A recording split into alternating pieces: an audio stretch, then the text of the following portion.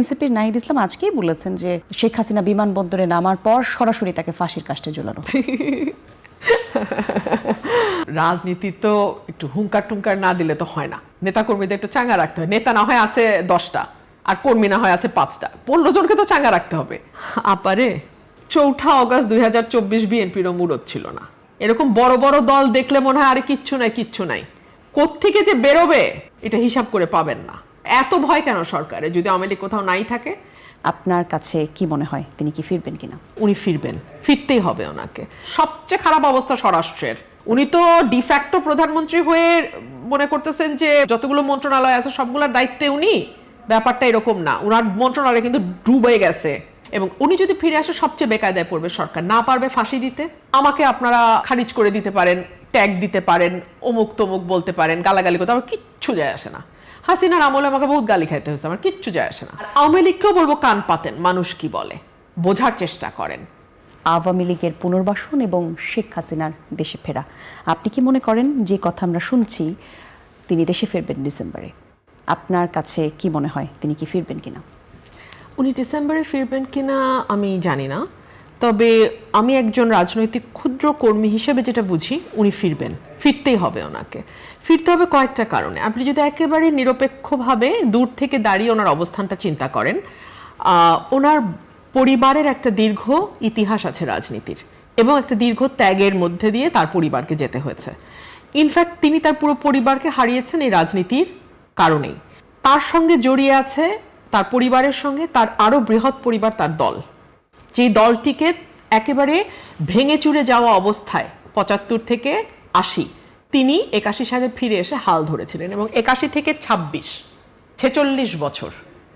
ছেচল্লিশ বছর উনি এই দলটার প্রধান হিসেবে মাঠে, রাজনীতির মাঠে, সংসদে, রাষ্ট্র ক্ষমতায় এবং বিরোধী দলে থেকে লড়াই করেছেন।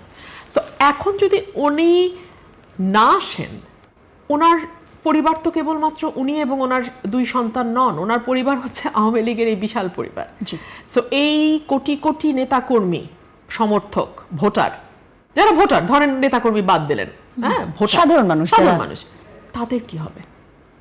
1, 2 হলো ওনার পরিবার এবং ওনার ব্যক্তির যে ত্যাগ এই রাজনীতির পেছনে, সেটা কোথায় যাবে? 3 হলো ওনার বয়স হচ্ছে, আল্লাহ না করুক ওনার স্বাভাবিক মৃত্যু যে কোনো দিন হতে পারে। বিদেশের মাটিতে যদি ওনার মৃত্যু হয়, that is the end of the story. মানে ওনার রাজনৈতিক জীবন, ওনার দলের ভবিষ্যৎ সবকিছুর উপরে that will be the last nail in the coffin. So আমার মনে হয় এগুলো আমি যেমন মানে দূর থেকে দেখে হিসাব করি একজন রাজনৈতিক কর্মী হিসেবে, আমি চিন্তা করেছি আসা না আসার মধ্যে ইয়েটা কি, উনিও নিশ্চয়ই করেন। আর উনি ফিরে আসা সবচেয়ে বেকায়দায় কারা পড়বে আপনি বলেন তো? এটা আমি আরো 9 মাস আগে বলেছিলাম, সবচেয়ে বেকায়দায় পড়বে সরকার, সবচেয়ে বেকায়দায়। আজকেই স্বরাষ্ট্রমন্ত্রী বলেছেন যে 5ই আগস্ট ঘিরে যে তৎপরতা আওয়ামী লীগ করতে চায় সেই মুরদ আওয়ামী লীগের নেই। আপারে 4 অগস্ট 2024 বিএনপিরও মুরত ছিল না। এরকম বড় বড় দল দেখলে মনে হয় আরে কিচ্ছু নাই কোত্থেকে যে বেরোবে এটা হিসাব করে পাবেন না। আপনি আমাকে বলেন না, এই আপনারাই আর আমরা তো একই জায়গায় বহু স্টক শো করেছি। 4 অগস্ট 2024 বিএনপি কই ছিল? তো সুতরাং নাইটাই এগুলো বলা যায়।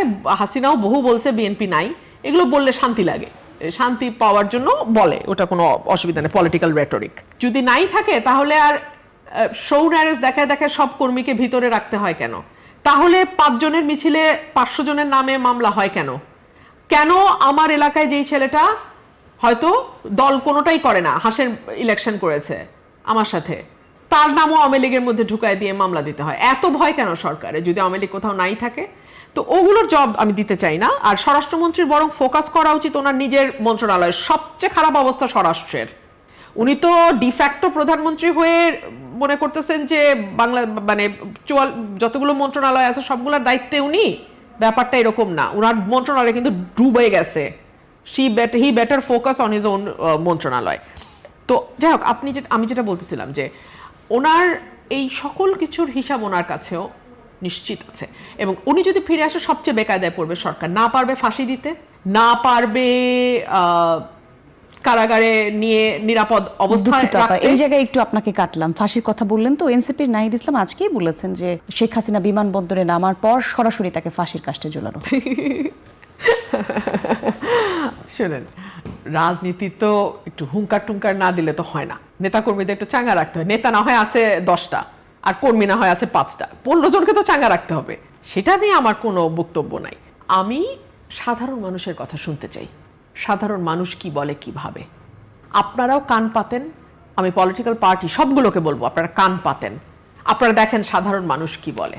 আমার কথা আপনাদের তিতা লাগবে, আমাকে আপনারা খারিজ করে দিতে পারেন, ট্যাগ দিতে পারেন, অমুক তমুক বলতে পারেন, গালাগালি করতে, আমার কিচ্ছু যায় আসে না। হাসিনার আমলে আমাকে বহুত গালি খাইতে হয়েছে, আমার কিচ্ছু যায় আসে না। কিন্তু মানুষ কি বলে এটা কান পাতেন। কেন পাতেন? আমি এনসিপিকেও বলবো, বিএনপিকেও বলবো, জামাতকেও বলবো, কারণ মানুষকে ঘিরে আপনাদের কাজ। আর আওয়ামী লীগকেও বলবো কান পাতেন, মানুষ কি বলে বোঝার চেষ্টা করেন। আপনারা যে যখন ক্ষমতায় থাকে সে কিন্তু মানুষের পালসটা বুঝতে পারে না বলেই 5ই অগস্টের মতো ঘটনা ঘটে। তো সে কারণে আমি বলবো প্রত্যেকটা রাজনৈতিক দলকেই মানুষ কি বলে শোনেন, গণপরিবহন ব্যবহার করেন, রাস্তায় হাঁটেন, দুটো মানুষের সাথে কথা বলেন, আর কিছু না হোক ফেসবুকে দেখেন অনেক ছোট ছোট ছোট ছোট মোবাইল জার্নালিস্ট আছে, তারা কিন্তু ঠাস করে একে তাকে ধরে বাইট নেয়, কথা শুনে। সাধারণ মানুষ যারা দরবারের সঙ্গে যুক্ত না, দরবারহীন মানুষের কথা শোনেন, তাহলে বুঝতে পারবেন মানুষ কি চায়।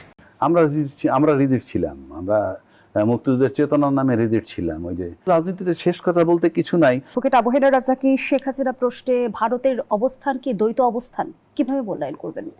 আসলে দ্বৈত অবস্থান বলুক, শোনেন, political development time to time হইতে থাকে। আপনি পলিটিক্সে তো স্থির কোনো জায়গা নাই যেটা ফিক্সড রিজিট। আমরা রিজিট ছিলাম, আমরা মুক্তিযুদ্ধের চেতনার নামে রিজিট ছিলাম। ওই যে বৈষম্য টৈষম্য যা কিছু করা সবই চলমান ছিল, লোকজন হত্যা করা ছিল, আয়নাগর ছিল, সবই এগুলো হলো রিজিট থাকা। এখন প্রশ্ন হচ্ছে যে, যেমন ধরেন আজকে তারেক রহমান সাহেবকে, আমাদের প্রধানমন্ত্রীকে ভারত সফরের জন্য আমন্ত্রণ জানাচ্ছে। মানে ভারতে যাওয়াটা এখন সিম্বলিকও যদি হয় তাও জরুরি হয়ে পড়ছে ভারতের জন্যে। এখন আসেন, নির্বাচনের আগের তারেক রহমান সাহেব আর নির্বাচনের পরের তারেক রহমান সাহেব আমার কাছে মনে হয় না একটু পার্থক্য হয়েছে। অর্থাৎ নির্বাচনের আগে উনি যখন এখানে আসছেন, আসার পর আমরা যে বিষয়টা দেখছি, দেখার পর যেটা অনুমান করছি, নির্বাচনের পর আমরা অনুমানটা বোধহয় মেলে নাই অনেক জায়গায়। যেমন ধরেন 16 বছরের যে স্তূপ, 16 বছরের প্রশাসন, 16 বছরের মিডিয়া, 16 বছরের বিজনেস অলিগার্ক, যারা এমনও বলছে দরকার হলে 3 মাস ব্যবসা করব না, জাদ্রেল গ্রুপের এমডিরা বলেছে, সেই এমডি ইউনুসের কাছে গিয়ে ধর্ণা দিছে, সেই এমডিরা জামাতার আমির কাছে ধর্ণা দেয়, সেই কর্পোরেটের লোকেরা আজকে তারেক রহমান সাহেবের কাছে দেয়। কোনো ক্যারেক্টার নাই। ক্যারেক্টারটা হইলো যে আমি কিভাবে সার্ভাইভ করব, আমি কত আর্ন করব। এটা কেন বললাম যে, যেহেতু রাজনীতিতে শেষ কথা বলতে কিছু নাই, এই 16 বছরের স্তূপের ভিতরে আসার পর তারেক সাহেব আমার কাছে মনে হয়, আমি তার বুদ্ধিমত্তার পরিচয় দিই এখানে, সে হয়তো ভাবছে যে আমি চট করে কিছু করতে পারবো না, কারণ সবকিছু আমি তো আওয়ামী লীগের দুর্গর মধ্যে এসে ঢুকছি। তা আওয়ামী লীগের দুর্গের মধ্যে এসে ঢুকছে বইলা আপনি মনে করেন নির্বাচনের পরেও শাহাবুদ্দিন সাহেবকে সরায় নাই। কিন্তু যখন উনি স্থির সিদ্ধান্ত নিছেন যে না, আমি এই বলয়ের মধ্যে থাকবো না, আমি এই বলয়ের মধ্যে থাকবো না, তো এই চিন্তা তার মাথায় রেখে তার পায়ের তলার মাটি একটু শক্ত কইরা তারপরে সে একটা পর্যায়ে বসলো যে শাহাবুদ্দিন সাহেবকে পদত্যাগ করতে হবে। যদি উনি ওই বলয়ের মধ্যে থাকতো তাহলে তো শাহাবুদ্দিন সাহেব পদত্যাগ না করলেও চলতো। এই যে পদত্যাগ করাইছেন, এখন আমার কাছে মনে হয় সেই বলয় থেকে উনি বের হয়ে আসছে। আরো কতগুলা কথা বলি। এই যে ইন্ডিয়ার যেটা শিফট হইলো, কেন শিফট হইলো? ইউনূস সাহেব আসার পর ধারণা করা হয়েছিল ওই যেহেতু আওয়ামী লীগের দুর্গের মধ্যে ঢুকছে, যে উনি 3-4 মাসের বেশি থাকতে পারবেন না, এবং 3-4 মাসের মধ্যে নির্বাচন দিয়ে যেতে হবে, এবং নির্বাচন দিলেই ক্ষমতায় আসবে বিএনপি, এটাও জানা। সুতরাং ইউনূস সাহেবকে আমরা সহ্য করতে পারতেছিলাম না, ওনার চলে যাওয়াটাই জরুরি। উনি চলে যাওয়ার পর যে নির্বাচনী ফলাফলে যারা ক্ষমতা আসছে ধৈর্য নিছিল আওয়ামী বলয়তে ঢুকবে, কিন্তু সময়ের ব্যবধানে দেখা গেল যে এরাও এখন স্লিপ করতেছে। এই ইউনূস সাহেব কাটাইলো 18 মাস, তারেক সাহেব কাটাইতেছে অলরেডি 5 মাস, সামনে আরো 4.5 বছর থাকবেন। সুতরাং হিসাব করছে যে যদি এই বলয় থেকে তিনি সরে যেতে চান, তাহলে আমার কাছে মনে হয় আমাদের একটু কিছু করা দরকার, যেখান থেকে আমরা ক্লোজিং টাচ হতে পারি। তার একটা মাধ্যম হিসাবে এই মুহূর্তে হয়তো এই সিদ্ধান্তটা আসছে যে শেখ হাসিনা ওখানে বসে রাজনীতি করতে পারবে না, কোনো বক্তব্য দিতে পারবে না। From Indian side this is the development of Indian politics আমি মনে করি। বর্তমান বাস্তবতা আমরা দেখছি যে মাঠের রাজনীতি আবার উত্তপ্ত হয়ে উঠেছে এবং এনসিপির কর্মসূচিতে হামলাকে কেন্দ্র করে কিন্তু আমরা দেখছি যে অভিযোগ পাল্টা অভিযোগের এক ধরনের রাজনীতি চলছে।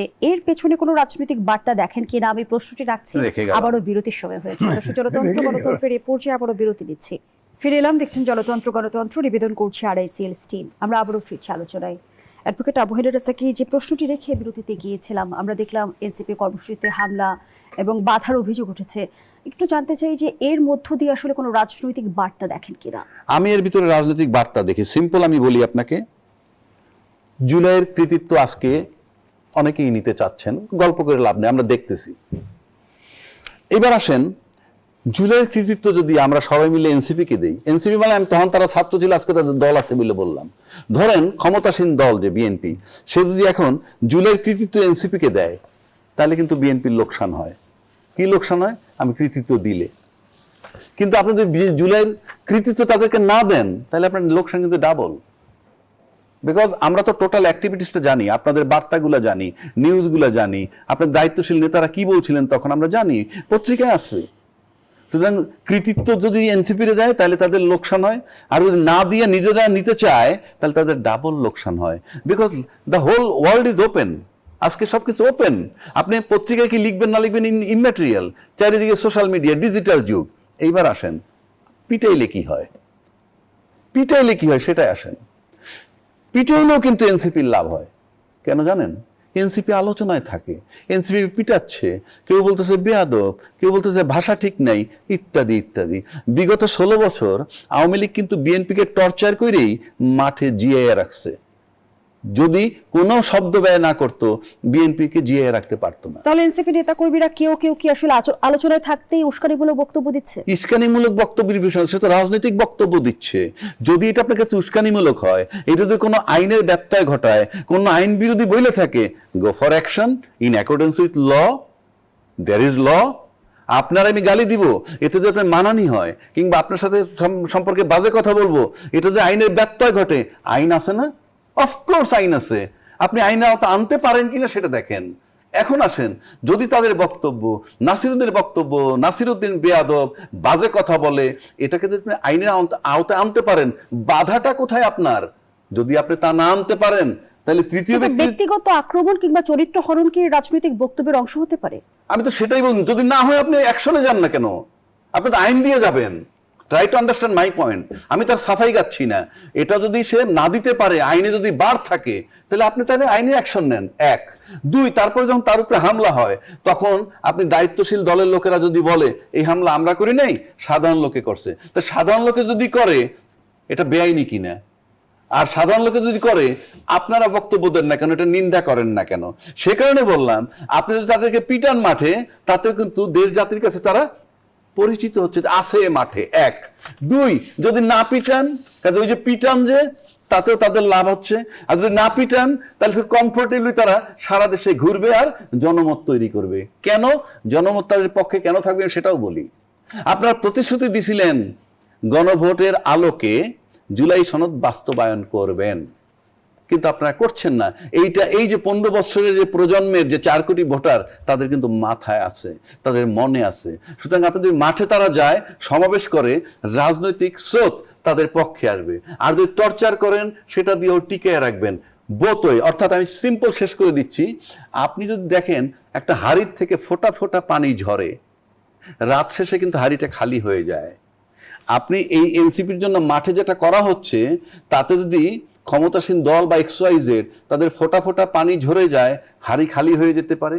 আবার এতে যদি ফোঁটা ফোঁটা করে এনসিপি গেইন করে, হাড়ি ভরে যেতে পারে। সুতরাং আপনাকে চিন্তা করতে হবে আপনি কি করবেন। গণতন্ত্রকে গণতন্ত্র দিয়ে মোকাবেলা করতে হয়, গণতন্ত্রকে মারামারি করে মোকাবেলা করতে হয়। জনাব আজিজ, হামলার শিকার হওয়ার পর নাসিরুদ্দিন পাটোয়ারি বলেছেন, শেখ হাসিনা আমাকে রিমান্ডে নিয়েছিল, তাকে দেশ থেকে তাড়িয়েছি। তারেক রহমান, আপনিও বড় ভুল করেছেন, এজন্য আপনাকে কাফফারা দিতে হবে, এমন কাফফারা যা আপনি কল্পনাও করতে পারবেন না। আপনি আমার ব্যক্তিগত রক্ত ছড়িয়েছেন, আমি এটাকে ব্যক্তিগতভাবে নিয়েছি। এই যে এনসিপি নেতাকর্মীদের বক্তব্য কিংবা বিবৃতি, সেটি কি আসলে কতটুকু রাজনৈতিক, কতটুকু উস্কানি বলে? না, প্রথমে এই প্রশ্নেরই বলি, ধরেন এখন তাকে গ্রেপ্তার করা হলো, তারপরে তখন রাজ্জাকের ভাইয়ের মতো মানুষ করে বিচার করলো না কেন? বিচার তো নাই, এখন তো আইনের শাসন সুশাসন তো তৈরি হয় নাই। যদি আইনের শাসন তৈরি হয়ে থাকে তাহলে জুলাই সনদের উপরে তো রায় দিচ্ছে সুপ্রিম কোর্ট, সেটা কেন মানেন না? সেটা মানেন না কেন? আমার কথা হলে একটা মানবেন আর একটা মানবেন না, তা তো হবে না। এই নাসিরউদ্দিন পাটোয়ারি, হাসনাত, সাজিদ, এদেরকে রাজনীতির থেকে এলিমিনেট করা উচিত। এলিমিনেট করা, কারণ এরা দুর্বৃত্ত, এরা কোনো রাজনৈতিক ভাষা জানে না, এরা কোনোভাবেই, আপনি বলেন তো দেখি, তারেক রহমানের ব্যক্তিগত, তার মেয়ে নিয়ে, তার ওয়াইফ নিয়ে ব্যক্তিগত কথা বলে, তাদের জন্ম নিয়ে কথা বলে। আপনি বলেন আর্মির সেনা প্রধান, তার দাড়ি রাখছে, বুড়া বয়সে দাড়ি ধরে ভীমমূর্তি ধরছে, এটা কি? সেনানিবাস উড়ায় দিতে চায়, এগুলো কি? এখন তো রাজ্জাক ভাই ঠিকই কইছে, এখন সেনাবাহিনীর তো উচিত একে ধরে নিয়ে পাঙ্গা মারা। সেনাবাহিনী তো ওই জায়গায় নাই। কিন্তু বাক স্বাধীনতা মানে কি আমি যা খুশি তা বলতে না, পারি? এইটাই তো আমার কথা হলো, যদি এরা বৈষম্য বিরোধী, এনসিপি বৈষম্য বিরোধী ছাত্র আন্দোলন একটা, এনসিপি আর একটা, মনে রাখেন, এনসিপি বৈষম্য বিরোধী ছাত্র আন্দোলনের ব্যানারে আন্দোলন হয়েছে, সেখানে আমরা ছিলাম। ধরেন শেষ দিন পর্যন্ত আমিও টকশোতে, আওয়ামী লীগের 5 বছরে আপনার শেষের দিকে 2-1 কথা বলছে, আমি তার ভিতরে একজন। আমি তো এই আন্দোলনকে সমর্থন করছি। আমি হয়তো আর একজন ফিল্ডে যা যুদ্ধ করছে, আমি টকশো করে ওপিনিয়ন তৈরি করছি। তো আমার কথা হচ্ছে, সেটা তো একটা জনযুদ্ধের মতোই ছিল, সেখানে নারী পুরুষ শিশু সব মারা গেছে, সব মারা গেছে। বৈষম্য বিরোধী ছাত্র আন্দোলন, তারা যদি ধরেন নেপালের মতো আন্দোলন করে তারা যদি অরাজনৈতিক থাকতো, প্রেশার গ্রুপ হিসেবে থাকতো, তাহলে কিন্তু অবশ্যই দেশে কাজে আসতো। এখন ধরেন তারা রাজনীতি করছে, বয়স হয়েছে 18 বছরের উপর, রাজনীতি করতে পারে। কিন্তু আপনার কথা বলতে, আমার কাছে ভিডিও ধরা আছে কতজনের টাকা হয়েছে, টাকা পয়সা, যারা প্রত্যেকটা ইউনিস এই জাতিকে, তরুণদেরকে ধ্বংস করে দিয়েছে, ধ্বংস করে দিয়েছে, প্রত্যেকটা মিনিস্ট্রিতে বসায় দিয়েছে, প্রত্যেকটা সংস্কার কমিশনে বসায় দিয়েছে, এখান থেকে টাকা পয়সা কামাইছে। এরে ধরো, এরে মারো, এরে মারো। এখন শুরু হয়েছে রাজনৈতিক দলের নেতাগুলোকে হ্যারাস করা, নানাভাবে থ্রেট করা, এবং সেনাবাহিনীর প্রধান পর্যন্ত থ্রেট করা। এগুলো কি? অস্ত্র আছে, অস্ত্র চলে না কেন? 24-এর নাকি অস্ত্র লুট করা, তাকে ধরে না কেন? পাটোয়ারিকে ধরা উচিত। এই অস্ত্র 24-এর অস্ত্র গেছে কোথায় সে যে বলছে, তাকে ধরে গ্রেপ্তার করে না কেন? এটা তো ফৌজদারি অপরাধ, সে বলছে, তারপরে সে জীবনে দেখে দিবে, আবার 5 বছর সময় দিছে। আরে 5 বছর তাই সরকার 5 বছর আছে। অসংখ্য ধন্যবাদ জানাচ্ছি জনাব রাজীব, ধন্যবাদ জানাচ্ছি ডক্টর নাসিরউদ্দিন আহমদ। যেমনটি এনসিপির আহ্বায়ক নাহিদ ইসলাম বললেন, দেশের বিদ্যমান রাজনৈতিক ও অর্থনৈতিক সংকট মোকাবেলায় জাতীয় ঐক্যের বিকল্প নেই। এই মুহূর্তের রাজনৈতিক বাস্তবতায় জাতীয় ঐক্যে মূল বাধা আসলে কি? মূল বাধা আমি যেটা মনে করি সেটা হচ্ছে যে আমার স্বার্থ আমি কতটুকু বিসর্জন দিব জাতির স্বার্থে, এইখানে হলো কথা। যে আমি সবার আগে কি আমার দেশকে আর সত্যি আমি চাই, সবার আগে কি আসলে সত্যি একটা সুন্দর বিচার ব্যবস্থা চাই, একটা সুন্দর দুর্নীতি দমন কমিশন চাই, সুন্দর একটা যেটা বাংলাদেশ কর্ম কমিশন যেটা আছে সেটা চাই। এই ভাবনাগুলোকেই আমি যদি এই প্রশ্নগুলো সামনে নিয়ে আসি, তাহলে দেখা যাবে যেটা সবচেয়ে বড় বাধা হলো এইটাই, স্বার্থের দ্বন্দ্ব। আমি সবার আগে আমার নিজের স্বার্থ যদি দেখি, আমি যদি তারপরে আমার দলের স্বার্থ দেখি, তারপর ওই দুইটা স্বার্থ উদ্ধার হওয়ার পরে যদি কিছু বাকি থাকে তাহলে আমি দেশের কথা বলবো, দেশের মানুষের কথা বলবো। এটা যদি মনোবৃত্তি হয় তাহলে কখনোই জাতীয় ঐক্য হবে না। জাতীয় ঐক্য হবে না। জাতীয় ঐক্য একটা আঙ্গুলের হিলানিতে হয়ে যায়, একটা শব্দের উপর একটা জাতীয় ঐক্য হয়ে যায়। ককরোচ একটা শব্দ দিয়ে একটা জাতীয় ঐক্য হয়ে গেছিল, রাজাকার বাচ্চা শব্দের উপর হয়ে গেছে। এগুলো জাতীয় ঐক্য করার জন্য একটা গ্রাউন্ড লাগে। আমরা তো সেই গ্রাউন্ডটাই তৈরি করতে পারছি না। আমরা সেই গ্রাউন্ডটা তৈরি তো করতে পারছি না। এবং শুরুতে যে বক্তব্য দিয়ে শুরু করেছিলাম, ডিভাইড এন্ড রুল, খালি এদের মধ্যে লাগাই দাও, ঝগড়া লাগাও, বিভাজনের খেসারত দেখেছি, তারপর আমরা কেন শিক্ষা নেই না?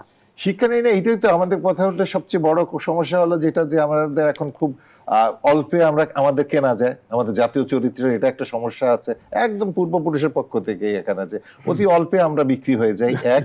2 নম্বর হচ্ছে যে আমাদের ইতিহাসগুলা যেটা পড়ে আমাদের তরুণ প্রজন্ম শিখার কথা, আমাদের শিক্ষা নেওয়ার কথা, সেই ইতিহাসগুলাই বিকৃত হয়ে যায়। ইতিহাস আন্তর্জাতিকভাবে এটা স্বীকৃত যে ইতিহাস লেখা হয় বিজয়ীদের হাত ধরে, বিজয়ীদের বয়ানে ইতিহাস লেখা হয়। আর আমাদের দেশে ইতিহাস লেখা হয় হলো তোষামোদের বয়ানে। কে কতটুকু লেখে ধন্যবাদ জানাচ্ছি। আমি আমরা নিজের গেইন করতে পারবো শেষ পর্যায়ে সেই তোষামোদের কারণে যখন ইতিহাস লেখা হয় সেই ইতিহাস থেকে আমরা আসলে শিক্ষা নিতে পারি না। দর্শক, এখানেই শেষ করছি জনতন্ত্র গণতন্ত্রের আজকের আয়োজন। ধন্যবাদ এতক্ষণ আমাদের সাথে থাকার জন্য। বিএনপি সর্বোচ্চ ত্যাগ স্বীকারে রাজি আছে। তো পুরা এনসিপি মানে পুরা জামাত এবং এনসিপি ছিল। সম্প্রতি নির্বাচন কমিশন সচিবালয় থেকে শুরু করে সরকারি সংস্থা, বোর্ড ও স্বায়ত্তশাসিত প্রতিষ্ঠানগুলোর শীর্ষ পদে টানা চুক্তিভিত্তিক নিয়োগ দিয়েছে ক্ষমতাসীন বিএনপি সরকার। একই সঙ্গে দেশের বিভিন্ন পাবলিক বিশ্ববিদ্যালয়, স্থানীয় সরকার প্রতিষ্ঠানে দলীয় অনুগত ব্যক্তি বসানোর অভিযোগে তীব্র প্রতিক্রিয়া জানিয়েছে জাতীয় নাগরিক পার্টি এবং তাদের জোটসঙ্গী জামায়াত ইসলামী। বিরোধী দলগুলোর স্পষ্ট অভিযোগ, নির্বাচন কমিশন ও প্রশাসনকে দলদাস বানিয়ে আগামীর ক্ষমতা টিকিয়ে রাখার পথ তৈরি করা হচ্ছে। সরকারের এই পদক্ষেপ কি কেবলই বঞ্চিত নেতাদের মূল্যায়ন, নাকি প্রশাসন ও গণতান্ত্রিক ব্যবস্থা দখলের এক নতুন রূপরেখা? নির্বাচন কমিশনের সংস্কার আর নিরপেক্ষতা না থাকলে কেমন হবে আগামী নির্বাচন? আমাদের আজকের আলোচনার বিষয় নিয়োগ প্রক্রিয়া নিয়ে অভিযোগের রাজনীতি। দর্শক, আমি ফারনাজ জুই, সবাইকে আমন্ত্রণ জানিয়ে শুরু করছি নিউজ 24 নিয়মিত আয়োজন জনতন্ত্র গণতন্ত্র। নিবেদন করছে আড়াইসির স্টিল। আজকের আলোচনা এগিয়ে নিতে স্টুডিওতে আছেন 3 জন সম্মানিত অতিথি। চলুন একে একে পরিচিত হই। আমার ডান দিক থেকে পরিচয় পর্ব শুরু করছি। আছেন মোশাররফ আহমেদ ঠাকুর, বিশ্ববিদ্যালয় শিক্ষক ও বিএনপি নেতা। এর পরপরই আছেন সোহরাব হাসান, সিনিয়র সাংবাদিক। আমার সর্বডানে আছেন রহিন হোসেন প্রিন্স, সাবেক সাধারণ সম্পাদক সিপিবি। 3 জনকেই স্বাগত জানাচ্ছি আজকের আলোচনায়। মোশাররফ আহমেদ ঠাকুর, যেমনটি বলছিলাম, বিরোধী দল বলছে বিএনপি আওয়ামী লীগের পথ অনুসরণ করছে এবং প্রশাসন ও প্রতিষ্ঠানগুলোকে দলদাসী পরিণত করেছে। কি বলবেন এই অভিযোগের বিষয়ে? ধন্যবাদ আপনাকে, আপনার দর্শক শ্রোতা এবং অপর 2 জন বিজ্ঞ আলোচক এবং আমার 2 জনই আমার খুব প্রিয় মানুষ, সৌরভ ভাই এবং প্রিন্স ভাই।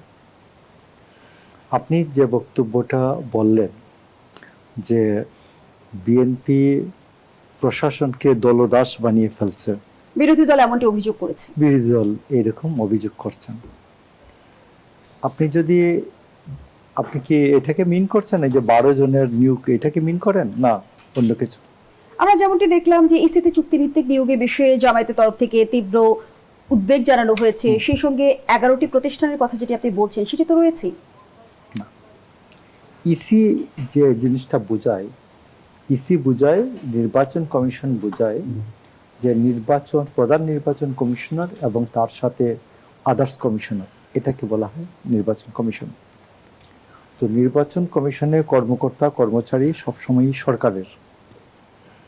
এখন এটা যদি তারা পার্লামেন্টে আলোচনা করে সিদ্ধান্ত নেন যে এটা ইসির নির্বাচন কমিশনের কর্মকর্তা, এরা ইসির নিজস্ব কর্মচারীদের মধ্য থেকে নিজস্ব কর্মচারী হবে, পুরাটাই সচিব থেকে একেবারে পিয়ন পর্যন্ত, এটা হতে পারে।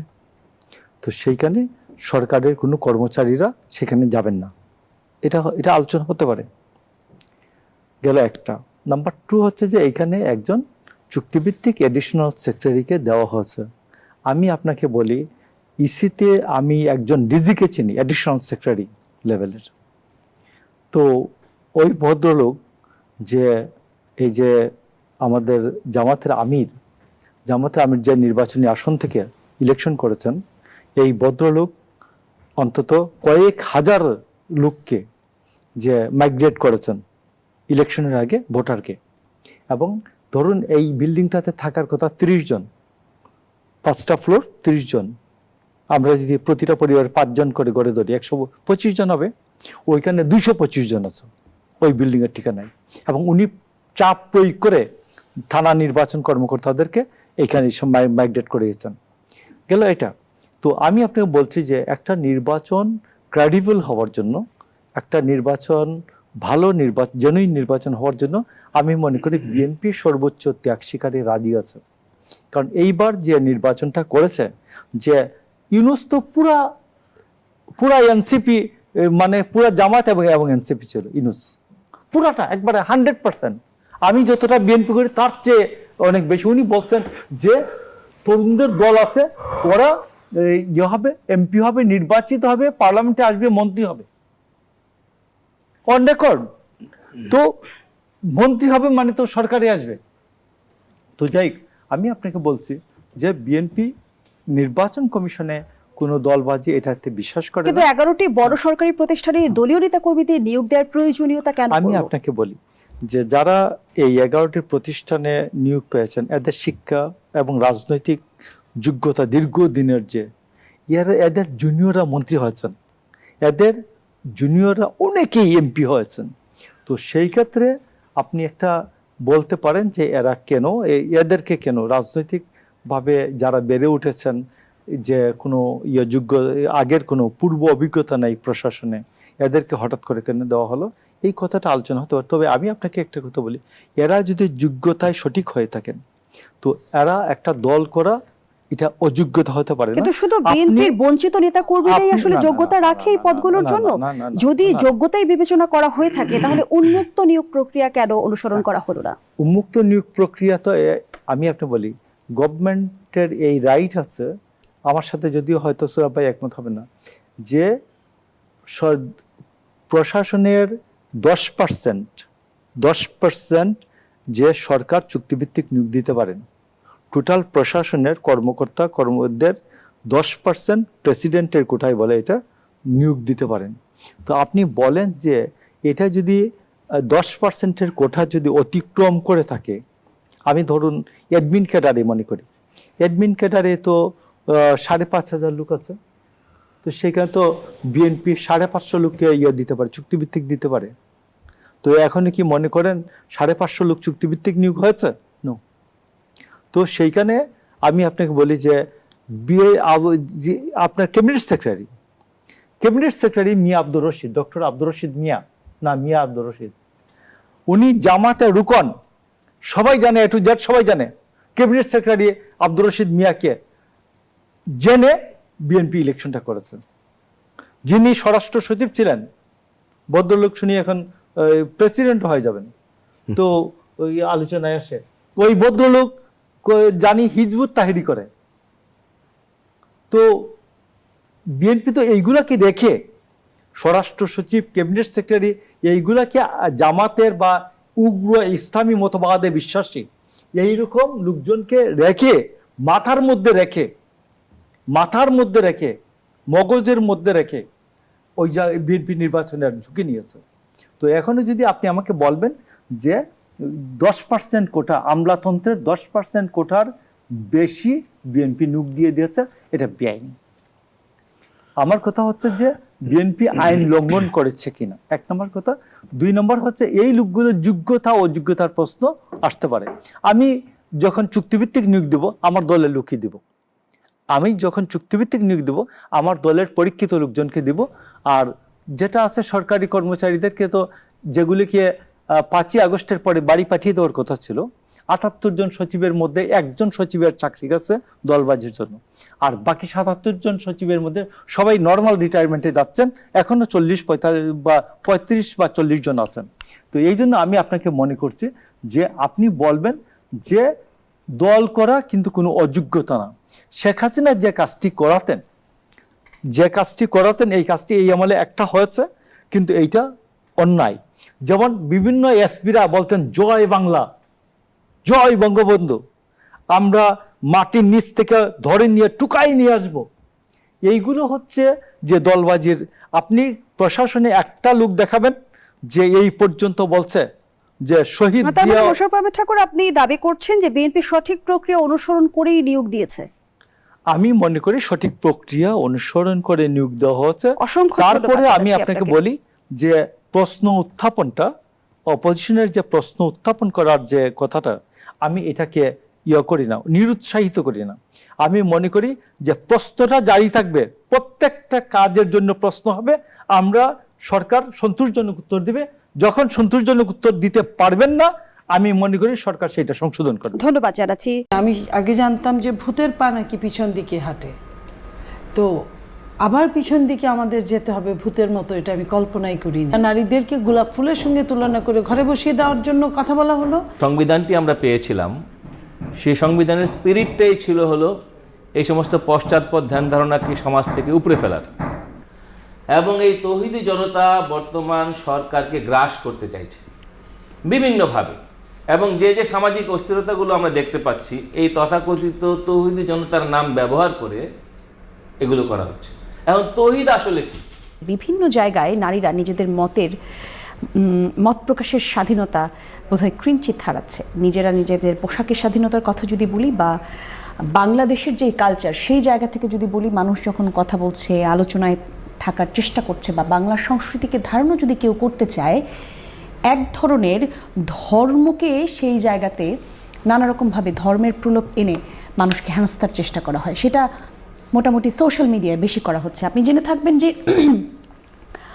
আমরা যদি বলি, একদম স্পেসিফিক করে যদি আপনাকে বলি, সিলেটের একটি ঘটনা, সিলেটের বিউটি পাল, উনি একটি ভিডিও সোশ্যাল মিডিয়াতে দেওয়ার পর সেই ভিডিওকে কেন্দ্র করে নানা রকম আলোচনা সমালোচনা এবং তার উপর এক ধরনের সোশ্যাল মিডিয়ায় ভার্চুয়াল মবের বন্যা বয়ে গেল। এই সংস্কৃতি কোথা থেকে আসছে? গত 2 বছরে আমরা দেখলাম এটা আসলে বাড়ছে। কোথা থেকে আমরা এটা পেলাম? আসলে আমরা কোন জামানায় এসে উপস্থিত হয়েছি জানি না।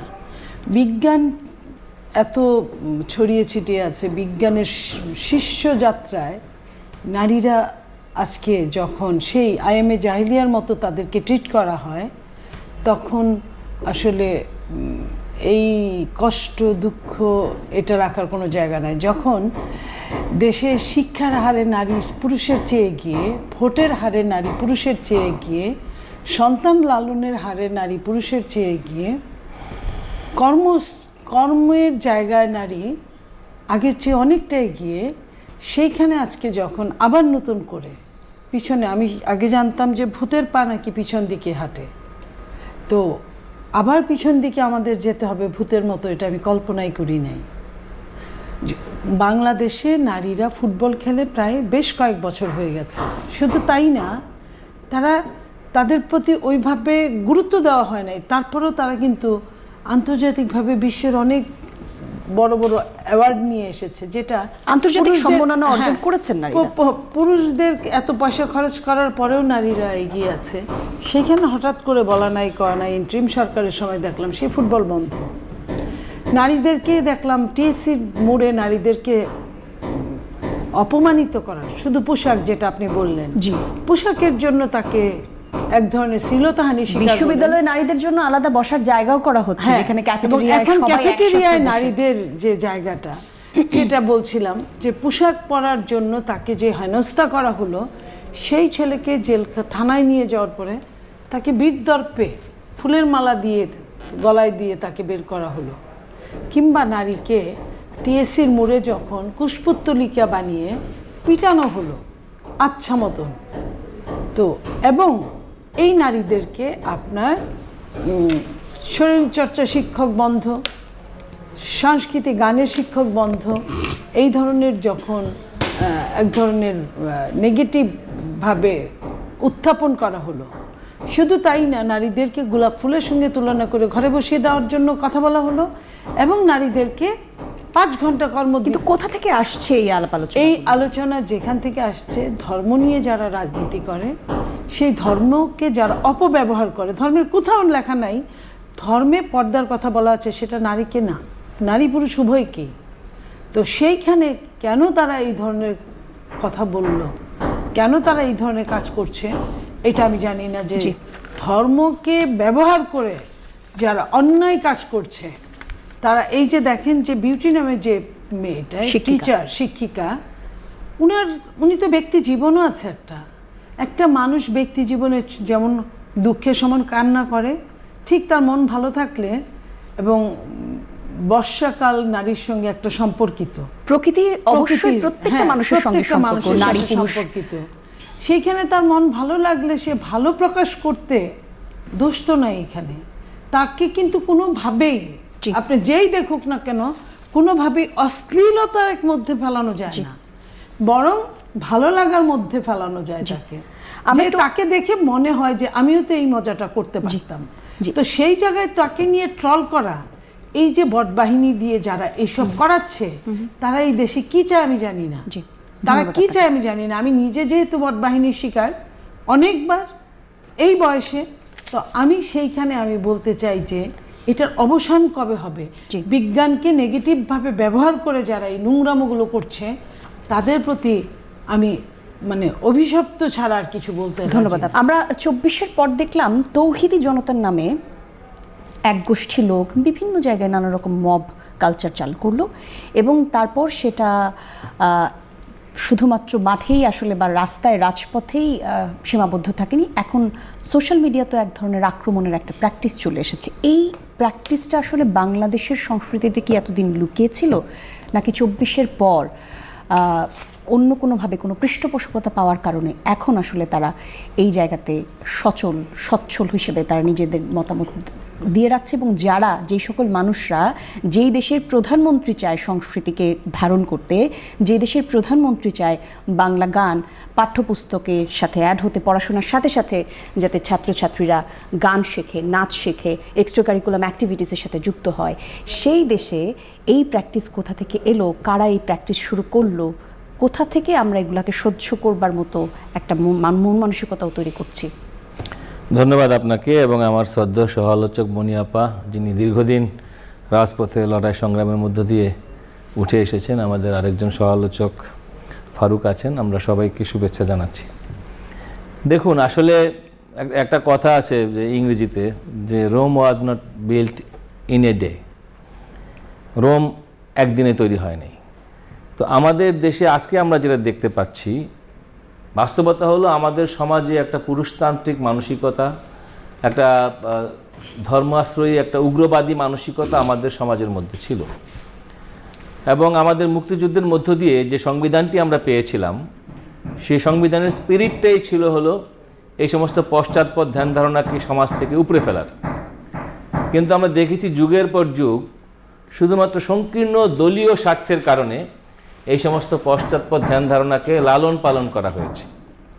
এবং দিনে দিনে তথাকথিত কৌশলের নামে যারা সস্তা জনপ্রিয়তা এবং সস্তা ভোটের রাজনীতি করে, তারা জনগণকে সচেতন হইতে দেয় নাই, যার ফলে আমাদের সমাজে এই জিনিসগুলো খুব ঘাপটি মেরেছিল। সর্বশেষ আমরা যেটি দেখলাম, যে ইন্টারিম সরকার যারা অত্যন্ত সুশীল ডায়ালগ দিয়ে ভিতরে ভিতরে এক মৌলবাদকে পোষণ করেছে, তার সবচেয়ে বড় উদাহরণ হলো নারী সংস্কার কমিশনের রিপোর্ট আলোর মুখ না দেখা। এবং যে কারণে আপনার নিশ্চয়ই স্মরণে আছে যে জাতীয় সংসদ ভবনের সামনে নারী মৈত্রী যাত্রা বলে একটি বড় সমাবেশের আয়োজন করা হয়েছিল। সেখানে কবি, সাহিত্যিক, লেখক, সাংবাদিক সহ বিভিন্ন শ্রেণী পেশার মানুষ অংশ নিয়েছিল, এই বলে যে 24 তো বৈষম্যের বিরুদ্ধে কথা বলেছে। এবং মত প্রকাশের ক্ষেত্রে যে বৈষম্য, নারী পুরুষের যে বৈষম্য, সেটিও এক ধরনের বৈষম্য।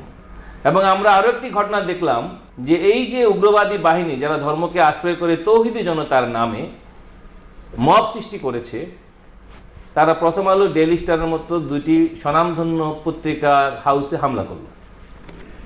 আজ পর্যন্ত এর বিস্তারিত আমরা জানতে পারিনি, যে কোথা থেকে পরিকল্পনা হলো, কিভাবে হলো, কারাই তৌহিদি জনতা।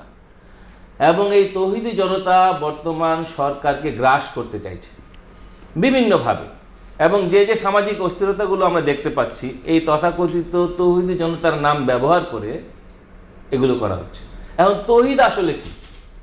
তৌহিদ তো হলো যারা আল্লাহর একত্বে বিশ্বাস করে। তো বাংলাদেশে কোন মুসলমান আছে যে আল্লাহর একত্বে বিশ্বাস করে না? ফলে এই নামের অপব্যবহার করে টার্গেট কিলিং এক ধরনের করা হচ্ছে, টার্গেট অ্যাটাক করা হচ্ছে। সেই অ্যাটাকের প্রধান লক্ষ্যবস্তু হলো নারী, দ্বিতীয় লক্ষ্যবস্তু হলো মত প্রকাশের স্বাধীনতা।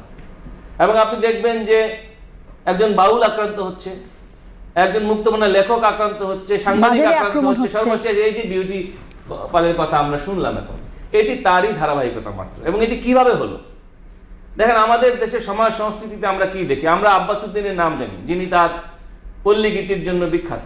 আমরা পল্লী কবি জসিমউদ্দিনের নাম জানি, সেই দেশে আসলে সেই দেশে আমরা লালন ফকিরের নাম জানি, আমরা মহর্ষি মনমোহন দত্তের নাম জানি, আমরা ওস্তাদ আলাউদ্দিন খান নাম জানি। জি জি, অ্যাডভোকেট হাসান তারিক চৌধুরী, আমি আপনার কথা একদমই বুঝতে সেই পারছি। দেশে আপনি দেখেন একে একে সিনেমা হলগুলোকে বন্ধ করে দেওয়া হলো, আমাদের দেশীয় চলচ্চিত্রকে ধ্বংস করে দেওয়া হলো। ব্রাহ্মণবাড়িয়ার সেই ছবি কিন্তু আর প্রচারিত হয়নি ব্রাহ্মণবাড়িয়ায়, যে ছবি নিয়ে নাট্য আন্দোলন আপনি দেখেন, আমাদের দেশে একসময় পথনাটক ছিল, বন্ধ করে দেওয়া। আবৃত্তি শিল্প ছিল, জি। এই আবৃত্তি, গান, নাটক এবং স্কুলগুলোতে যে কালচারাল কম্পিটিশন ছিল, খেলাধুলা ছিল, সবগুলোকে গ্রাস করেছে কারা? গ্রাস করেছে এক ধরনের পশ্চাৎপদ ধ্যান ধারণা।